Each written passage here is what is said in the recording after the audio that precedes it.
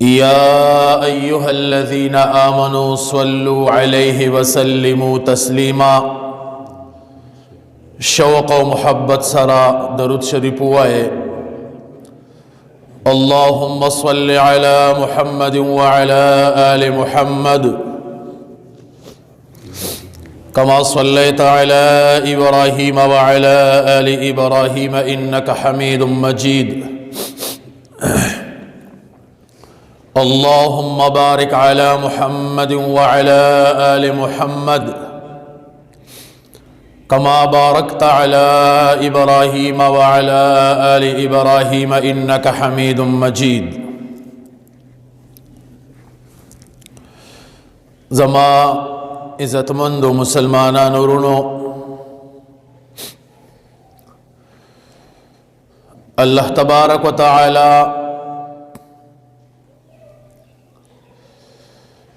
دنیا کے انسانان پیدا کری دی. دے انسانانو کے اللہ سخلق اغا مالدارا پیدا کری دی او سخلق دے امت کے او دے دنیا کے اللہ غریبانان پیدا کری دی.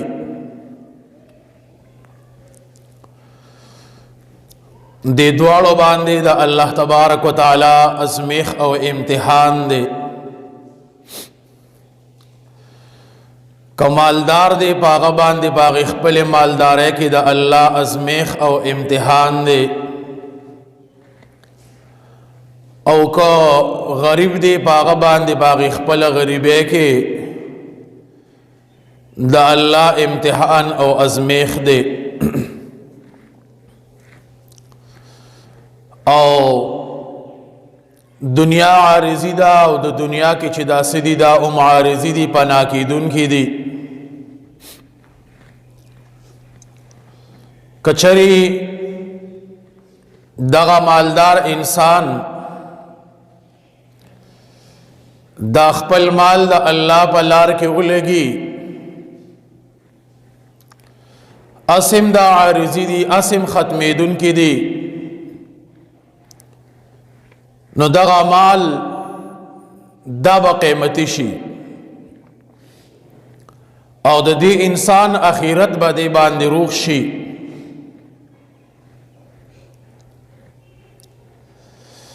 دا دی وجنا منگ لخپل مالونو کے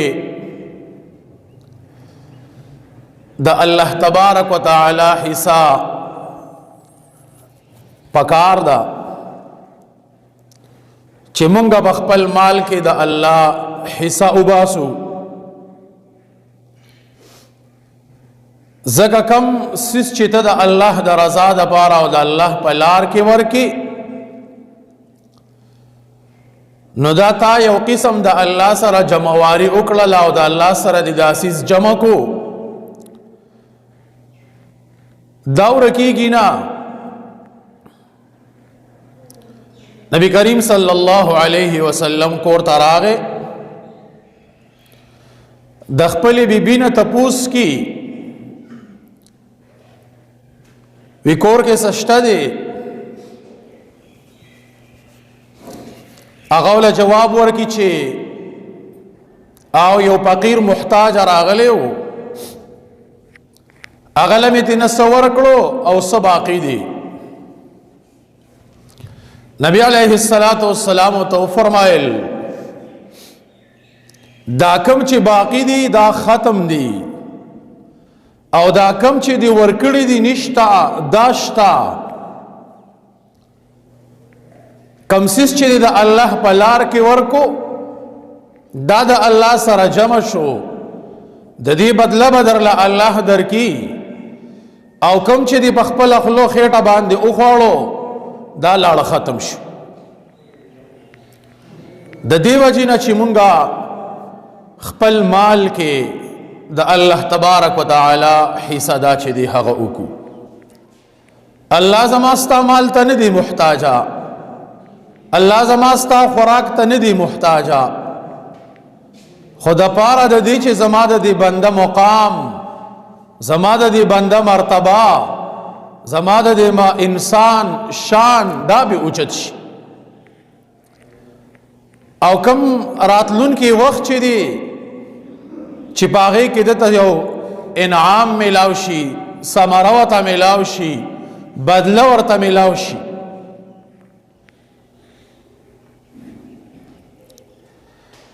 نو د دې وجې نه خپل مال کې د الله حصه دا پکار ده.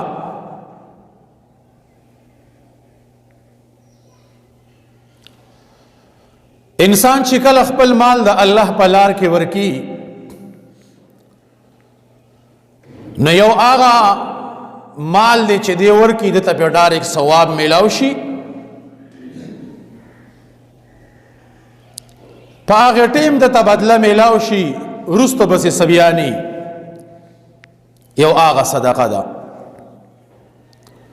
او دویم هغه صدقه ده چې تی ورکی او ستا پسې د هغې ثواب مسلسل سٹارټ وي، لکه صدقه جاریه چې ورته ویلې کیږي.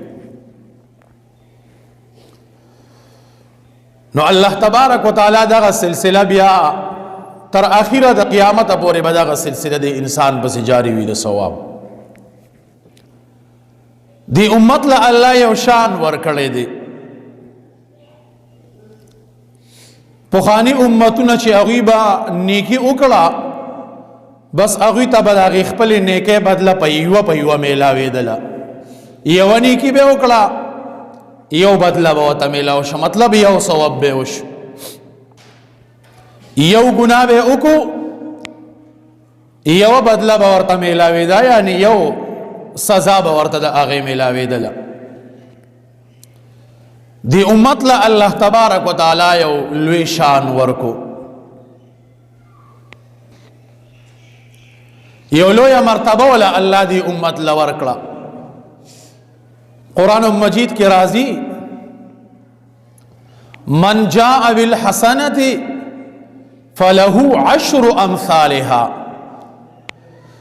چا چې په یوه نیکۍ باندې راتلل وکړل، فله عشر امثالها، دته به د هغې لس چنده میلاویږي. لکه دلته د 1 روپۍ ورکړله، الله دا هغې بدله په لس چنده کې تاله درکي. یوه ډوډۍ دې ورکړله، د هغې په لس چنده چې دی هغه تاله الله درکي. رابعه بصریه دا یو لویه بزرګه تېره شوې ده، یو لوی عجیبه داستان دی. د دې یو وارې کور کې ناسته ده، دروازه وټکېدله، فقیر یم محتاج یم او د الله په نوم سره کې. کور کې یوه ډوډۍ وه، خادمې وله تیاره کړې وه. هغه یوه ډوډۍ وې دا واخله، وې دا دی فقیر محتاج له ورکا. ډوډۍ ورکړه، دی کې میلمانه راله، کور شته دی نه، هم یوه ډوډۍ وه هغه هم هغوی خیراتي ورکړله. دا خادمه ورته وي چې څه به کېږي؟ رابعه بصریه ورته وایي لږ صبر وکړه. دی کې دروازه وټکېدله، چا ډوډۍ راوړه، یوه ډوډۍ راوړه، خادمه ووته، ویجی چا یوه ډوډۍ راوړه. رابعه بصریه ورته وایي واپس یې کوته، وي دا زمونږ نه ده، وي دا به د بل چایي. ډوډۍ واپس کړه. لږ ساعت بعد بل څوک راغی، دروازه یې وټکوله چې وواته د هغه سره 5 ډوډۍ دي. بیا خادمه راله، وي یو کس چې ډوډۍ راوړي دي څو دي؟ 5 دي. وي دا زمونږ نه دي، بل چاله دي اوسي. درېیمه پیره باندې لږ ساعت وروستو بیا دروازه وټکېدله. خادمه ووتله چې وی کتل یو کس ته 10 ډوډۍ دي ورسره. خادمه راله، وي جي یو کس ته لس ډوډۍ راوړې دي، رابعه بصریه ورته وایي دا ترې نه راواخلوي، دا زمونږ دي. خادمه دې تپوس کی چې یوه ډوډۍ راوړه هغه دې واپس کړه، پنځه راوړه هغه دې واپس کړې، او چې لس رالې نو هغه دې واغستې. رابعه بصریه ورته څه وایي؟ ما د الله د رضا دپاره یوه ډوډۍ خیراتي ورکړې وه، او الله په خپله فرمایي چې من جاء بالحسنة فله عشر امثالها. چا چې یوه نیکي وکړله لس چنده به وله ورکومه. یوه ډوډۍ مې ورکړه، زما په خپل رب دا یقین و چې د دې بدله به ماله په لسو کې راکي. نو دا یوه چې راوړه نو دا زما نه وه، دا پنځه چې راوړې دا هم زما دا ډوډۍ بدله نه وه، دا لس چې راوړې دا زما د هغې ډوډۍ بدله وه. نو دې امت باندې الله یو احسان کړی دی چې کله دې یوه نیکي کې د هغې بدله ورله الله په لس چنده باندې ورکي. که یو ګناه کی نو الله ورله یو په یو باندې بیا ورکی. نبی کریم صلی الله علیه وسلم چې دا آیات کریمه واورېدو، د الله تبارک وتعالی په ذات باندې دا یقینو چې الله دا دومره انعام زما امت باندې وکړو، د دې نه زیات په کولی شي. د الله دربار کې عرض کې الله ستا خزانو کې خو کمې نه راځي، ستا په خدای کې خو څه کمې نه راځي، الله زما امت له د دې نه زیاته ورکړه وکړي. نو قرآن مجید کې بل ځای الله فرمایي مثل الذین ينفقون اموالهم فی سبیل الله كمثل حبة انبتت 7 سنابل في كل سنبلة 100 حبة. کم سړی چې کم مومن چې د الله په لار کې خرچ کی، کمثل حبة دا پشانتی د هغې یوې دانې دي، انبتت 7 سنابل دغه یوه دانه تیغ اوکی، ونه تی نروغ شي، بوټي ته روغ شي، وږي اوکی، وږي، او په هر یو وږي کې چې دی سلسل دانې وي، نو څو تی نروغې شوې؟ 200 تی نروغې شوې. نو الله فرمایي چې په یوه نیکۍ ورله زه 200 چې دی هغه ورکولی شم. د لسو نه خبره لاړه 200 ته ورسېدله. نو دا د الله په دې امت باندې احسان نه دی چې څومره اخلاص و پکې، څومره پکې د الله رضا وه، دومره به د دې انسان په دې مال کې ترقی پیدا کیږي، الله به ورله نور زیاتی. کمثل حبة پشان دی د هغې دانې دي، انبتت 7 سنابل چې 9 وږي را زرغون کی، 9 وږي پکې وشي، فی کل سنبلة 100 حبة، او په هر یو وږي کې 100 دانې وي، نو 9 وږي شو، 200 دانې شوې. دا د یوې نیکۍ مثال دی. الله په رضا دې 1 روپۍ ورکړه، 200 یې دله درکړي. نبی علیه الصلاة والسلام چې دې آیات ته وکتل، ښې د الله تبارک وتعالی نه تمه پیدا شوه چې زما د رب په خزانو کې خو کمی نشته، د دې نه زیات ورکولی شي. بیا د الله دربار کې عرض کې الله ستا خزانو کې خو کمی نشته. الله بل ځای کې فرمایي من ذا الذي يقرض الله قرضا حسنا فيضاعفه له اضعافا كثيرا. وچا چې الله له قرض حسنه ورکو، د الله پر رضا 1 روپۍ ورکړو، د الله پر رضا باندې څه ورکړو، فيضاعفه له اضعافا كثيرا، الله ورلا ډیر زیاتی د شمار نه بار کی. دلته الله خبره خو په بره اوخې جوله، د لسو نه خبره 200 ته لاړه، د 200 نه په بره باندې لاړه خبره بې حسابه شوله. نورونو د دنیا دا ارس دا عارضی دي، دا ختمیدون کی دي، مونږ له پکار دي چې د خپل تلو نه مخکې د ځان نه څه توخه مخې ته ولیږو او هغه څیز ورکو چې هغه زما ستا لپاره یو صدقه جاریه وګرځي، اخلاص وي پکې، د الله رضا وي پکې. مونږ وایو مونږ د خپل مال نه څه ورکړي نه دي او زما د مال کم شوی نه دی. الله تبارک وتعالی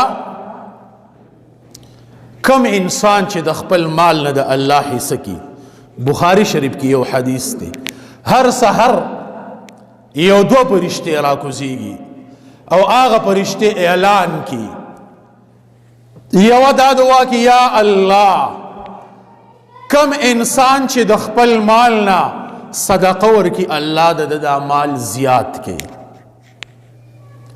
او دا دویمه پرشتہ سوال کی الله کم انسان چې د خپل مال نه ستا حصہ نه کی الله د مال کم کی.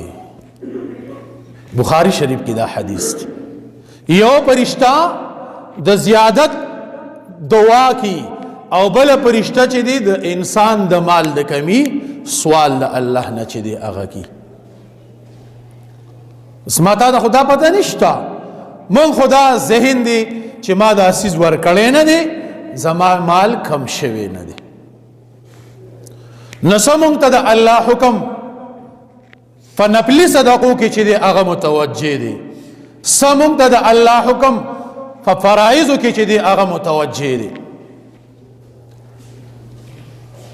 کم چې فرض دی لکه په ما تا باندې زکات فرض دی، په ما تا باندې کفاره ده د قسم یا د روجو کفاره ده، دا به ما تا باندې لازمي سیزونه دي، دا به خامخا چې دی هغه ورکول غواړي.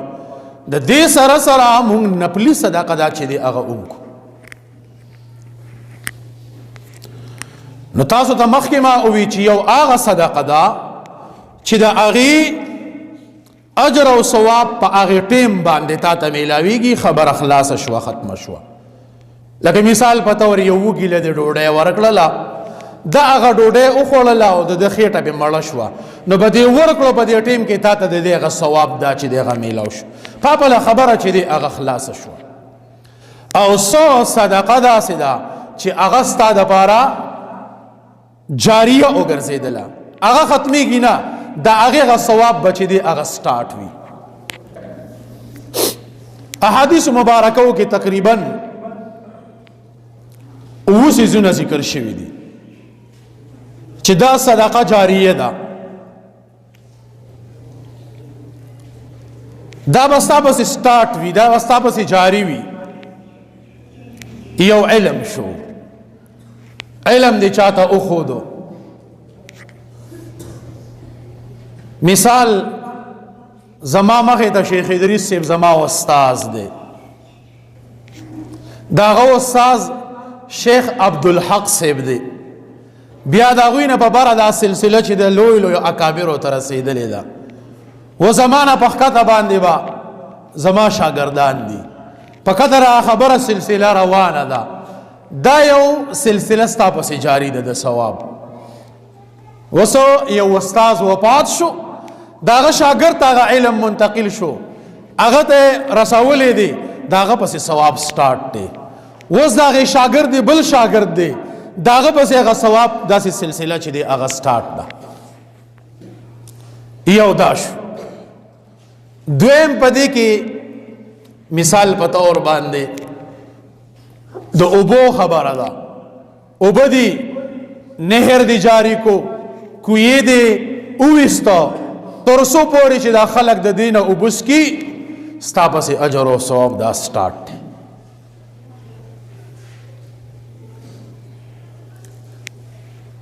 زبیده خاتون دا د هارون الرشید بادشاه ښځه وه، یو نیکه بیبي وه، ډېره زیاته، ډېر واقعات یې کتابونو لیکلي دي، تاریخ لیکلی دی چې د دې په کور کې به روزانه 300 جنکې داسې وې حافظانې، دی به د قرآن مجید تلاوت کو. 24 घंटे به د دې کور کې دغه د تلاوت دا سلسله سٹارټ وا ټیم یې ورله مقرر کړی او هغوی به دا تلاوت کاو د یو وارې خوب ولیدو ډېر عجیبه او خطرناک خوب یې ولید ظاهري طور ډېر د خفګانو خوب یې داسې ولید چې زه یو ځای کې یم او یو شپونکی دی هغه زما سره بدفعلي وکړله داسې خوب یې ولیده دا چې راویښه شوه ډېره زیاته خفه ده پریشانه ده غم دی ورسره چې دا الله ماسون خوب ولیده ډارې کې خپل خادمه را وغوښتله هغې ته وی چې علامه ابن سیرین رحمت الله علیه لاړه شه خو زما نوم به ورته نالې خپل ځان به ورته بانه کې چې دا خوب ما لیدلی ځکه دا ډېر خطرناک خوب دی زه بې یریږم چې کله دا خادمه تلې د علامه ابن سیرین رحمت الله علیه درې خوابو کې تعبیر دی باندې یو کتاب هم لیکلی دی دا ډېر ماهر و د خوبونو په تعبیر کې چې کله دا لاړه دی ورته خوب بیان کو نو ابن سیرین رحمت الله علیه ته وی دا خوب خو ستا نه دی دا ستا خوب نه دی دا خو یو خوش قسمت انسان دا خوب لیدلی دی رشته رشته راته ووایه د چا دی دا خوب دا ورته وی چې ما باندې خو هغوی دا قسم کړی دی چې زما نوم به نالې دی راته ویلی دی چې زما نوم به چاته نالې وی لاړه شه تپوس دې وکړه دا چې راغلی ده زبیده خاتون ته خبره کړې ده هغه وی چې بس واله ورته چې دا دی لیدلی چې هغه وی چې ښکلی خوب دی نو بیا ورته نوم واله دا چې تللی ده او خوب یې ورته ویلی دی هغه ورته وی چې دا د زبیده خاتون خوب دی هغه وی چې دا خوش قسمته انسان دی راتلونکي وخت کې به الله د دې نه یو داسې عمل کی یو داسې فعل به ترې نه جاري کی چې تمامي دنیا ته او تمامو مسلمانانو ته به د دې نه خیر چې دی هغه رسي دا ډېره زیاته خوشحاله شوه هارون الرشید دوی د حج موقع د حج له تلي دي چې کله دوی عرفات ته ورسېدل اوبه به نه وې هغې وخت کې ډېر زیات تکلیف و عربو کې هېڅ ځای کې اوبه نه وې پیاده سفر یې وي د اوبو هېڅ انتظام نو عرفات کې دغه شان مزدلفه کې دغه شانتې مینا کې د اوبو ډېر زیات کموت و حاجیانو چې دی ولیدل دي ته خپل شکایت دی ته وکړو دی بادشاه ته چې دی هغه خبره وکړله چې هر څه چې د دې حاجیانو دا مسله دا به ختمول غواړي تمام مسلمانانو چې څومره حکومتونه و هغې ته خطونه ولیږل چې څومره انجینیران دي دا را وغواړئ هلته هغوی را جمع کړل او د هغوی سره یو میټینګ وکړو چې د دې حاجیانو دپاره به د اوبو انتظام کول غواړي کم ځای کې چې اوبوي په څه ځای کې چې اوبوي په هره علاقه کې چې اوبوي دا اوبه به په څه طریقه باندې دلته راوستل غواړي د هغې دپاره ځای په ځای باندې ټانکۍ روغې کړې یو لوی انتظام یې چې دی هغه روغ کړو بعضې د تاریخ کتابونو لیکلي دي چې د عراق د علاقې نه دا اوبه د نهر په شکل کې راوستې عرفات ته په کروڑاو په لکاو د نانیر دراهم دای په هغې باندې دغه کړل چې کله نهر تیار شو هغې افسر ولغه تمام دستاویزات راوړو چې دومره خرچه پې راله دی ورته مخکې دستخط وکړو او بیا یې هغه پاڼه چې دی هغه سیرې کړه چې دا ما د دې دپاره نه دي کړې د دې بدله به ماله الله اخرت کې چې دی هغه راکړي اوس هم هغه تقریبا 1300 سال د مسلمانانو د هغې نهر نه پیدې اغوستي دي اوس هم هغه زاړه نشانات لا موجود دي نو خبره مې دې پورې کوله چې یو نهر یا دغه شانتې کویې د الله د رضا دپاره ایستل دا صدقه جاریه ده یو جومات راغول جومات د الله کور دام صدقه جاریه ده تر څو پورې چې دلته خلق منس کی دلته خلق تلاوت کی دلته خلق ذکر و اذکار کی د دې اجر او ثواب به هغې کس ته میلاویږي چې چا دې کې خپله حصه لګولې ده دا ما ته چې به ځان کمې پیسې لګو دا خو لاړې ختمې شوې کمې چې ما تا د الله په لار کې ولګولې دا باقي دي د الله په کور کې دې ولګولې دې کې بچای 1 روپۍ ورکړي چا 2 ورکړي چا به 10 ورکړي په دې باندې به دا ګټه شوي په دې باندې دې اوس خلک سجدې لګي خلک په منځ کې تلاوتونه پکې کېږي ذکر او اذکار کېږي د دې اجر او ثواب باغې کس ته میلاوي او چا چې لا دا ځای ورکړي دا د هغه دپاره یو صدقه جاریه ده. نو زما خلاصه د بیان دا درونو چې مونږ له الله الحمدلله وس راکړی دی چار راکړی دی چې مونږ په د خپلو مالونو کې د الله حصه چې دی هغه وکړو روزانه مونږ د خپل مال څه حصه دا فرض کو دا مقرر کو چې دا به مونږ د الله په لار کې چې دی هغه ورکو کو الله تبارک وتعالى د عمل کولو توفیق را نصیب کی. واخر دعوانا الحمد لله رب العالمین. سنت شانوی کړي.